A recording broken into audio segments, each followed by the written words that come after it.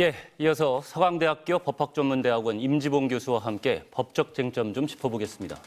어서 오세요, 교수님. 안녕하세요. 예, 영장실질심사 오늘 윤석열 대통령이 나온다고 입장을 밝혔습니다. 예. 어떻게 평가하십니까, 이 부분? 예, 원래 공수처의 수사권이 없다. 또 서부지방법원에 영장 발부권이 없다. 뭐 이런 식으로 법적 논란을 일으켰는데 체포영장 청구에 대해서 그랬죠? 예, 그랬죠. 예. 그런데 이번에 구속영장 청구와 관련해서 서울지방법원에 영장실질심사에서 피의자로서 출석하기로 한 거. 예, 서부지방법원에. 예. 네. 거기서 이제 사실은 그렇게 되면 앞에 주장들이 예. 다 근거를 잃게 되는 거죠. 그렇죠. 그러니까 왜 영장 발부권이 없는 서부지방법원에 왜 출석하겠습니까? 그죠? 그러니까 앞에 말들에 대해서 사실은 논리적으로 모순되는 지금 행동을 하고 있는 것으로 보입니다. 네. 예. 영장이 발부될까 아닐까 이 부분이 굉장히 관심이 쏠리고 있는데 네. 수사와 조사에 불응해 왔습니다. 그리고 윤 대통령 변호인 측은 영장에 대해서 도주 우려나 증거인멸 염려도 없다 이렇게 밝히고 있고요. 예. 실질심사에서 판단의 기준에 대해서 좀 말씀해 주실 수 있을까요? 예. 구속영장의 발부 기준은 네. 형소법 70조 등에 규정이 되어 있습니다. 네. 그러니까 체포영장의 발부 기준보다 좀 더 엄격합니다. 사유들이 또 기준들이 몇 가지 더 추가되는데요. 네. 체포영장과 구속영장 발부에 있어서 공통적인 기준은 범죄를 범하였다고 의심할 만한 상당한 이유가 있고 상당성이라고 하죠, 우리가. 그렇죠. 네. 그 부분에 대해서는 이미 체포영장을 발부할 때 네. 법원이 이제 범죄 혐의의 상당성이 있다고 인정을 했기 때문에 예. 따로 뭐 판단하지는 않을 것 같고요. 예. 그럼 남은 게 뭐냐면은 이제 범죄의 중대성인데요. 지금 내란 우두머리의 혐의를 받고 있기 때문에 네. 사형, 무기징역 혹은 무기금고라서 중대성은 쉽게 인정됩니다. 네. 그리고 도주 및 증거인멸의 우려가 남았는데요. 네. 우선 증거인멸의 우려가 있느냐와 관련해서는 법원은 이때까지 보면 이제 피의자가 범행을 계속해서 일관되게 부인하고 그다음에 증거가 남아 있을 수 있다고 판단이 되면 그러한 경우 이제 증거인멸의 우려가 있다고 보통 판단을 해왔습니다. 예. 윤 대통령의 경우 계속해서 범죄 혐의를 부인하고 있고 특히 체포영장 집행과 관련해서는 네. 1차에서는 이제 불응한 것도 있기 때문에 그리고 또 지금 대통령실이나 대통령 관저에는 또 여러 가지 증거들이 있을 수 있지 않습니까? 네. 그렇기 때문에 이 증거인멸의 우려도 저는 쉽게 인정될 수 있으리라 보고요. 이런 지적도 있더라고요. 그러니까 네. 특히나 높은 사회적 지위에 있거나 많은 권한을 가진 사람이라면 네. 증거를 없애거나 뭐 왜곡할 그런 지위와 영향력을 가진 경우가 많다. 그러니까 증거인멸의 염려를 인정하는 경우가 많다. 이렇게 얘기도 되던데 어떻습니까? 그렇습니다. 그게 법원의 구속영장 발부에 관한 이제 판례에 예. 비춰봤을 때 그런 면도 있죠. 그러니까 대통령으로서의 지위에 있기 때문에 그 증거인멸의 우려들이 있다. 특히 이제 이때 증거에는 물적 증거뿐만 아니라 증인들의 증언도 포함되거든요. 네.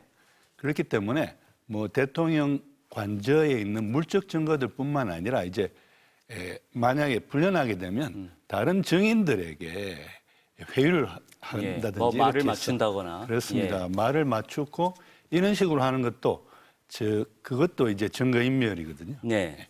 그러한 것들도 이제 고려돼야 하기 때문에 저는 네. 증거인멸의 우려는 있다고 판단할 수밖에 없다고 생각하고요. 예, 그다음에 잠깐만요. 예, 서울구치소 앞에 지금 모습이 보이고 있는데요.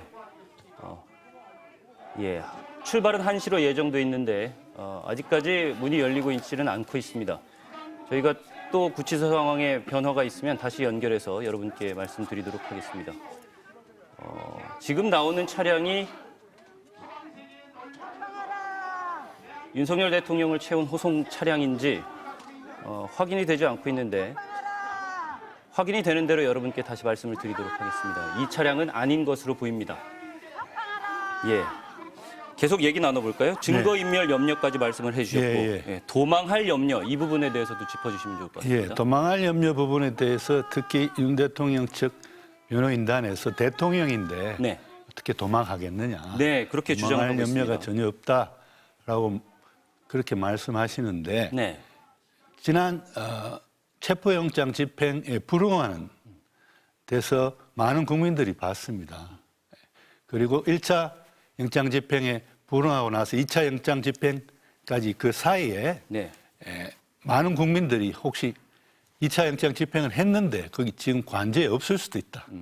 이러한 의혹들이 많이 제기됐죠. 네. 그게 이제 상식적인 수준에서의 저는 여론이라고 생각하고요. 그것이 이제 판사가 이제 도주의 우려를 판단할 때도 그런 그 점들을 고려하지 않겠느냐.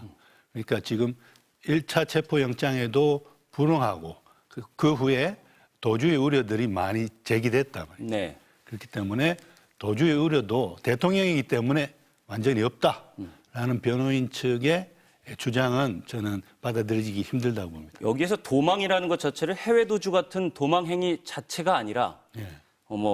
형사사법 절차를 일시적으로 회피하기 위해서 네. 노력한다거나 아니면 형사 절차 진행을 하지 못하도록 막거나 네. 아니면은 좀 지지부진하게 만드는 이 모든 행위가 도망이 될 수도 있다라고 평가하는 부분도 있던데 예, 어떻습니까? 그런 것들도 예. 앞에 영장 발부와 관련해서 이제 판례가 그런 것들도 이제 넓은 의미의 도망의 우려가 있다는 그런 근거로 네. 제시하고 있습니다. 예, 알겠습니다. 헌재 심판을 좀 잠깐 살펴보겠습니다. 네. 예. 다음 주부터 비상계엄 당일에 윤석열 대통령으로부터 국회 군병력이나 경찰력을 투입하라고 직접 지시를 받았다라고 하는 군과 경찰 수뇌부 인사들이 줄줄이 불려 나옵니다. 네.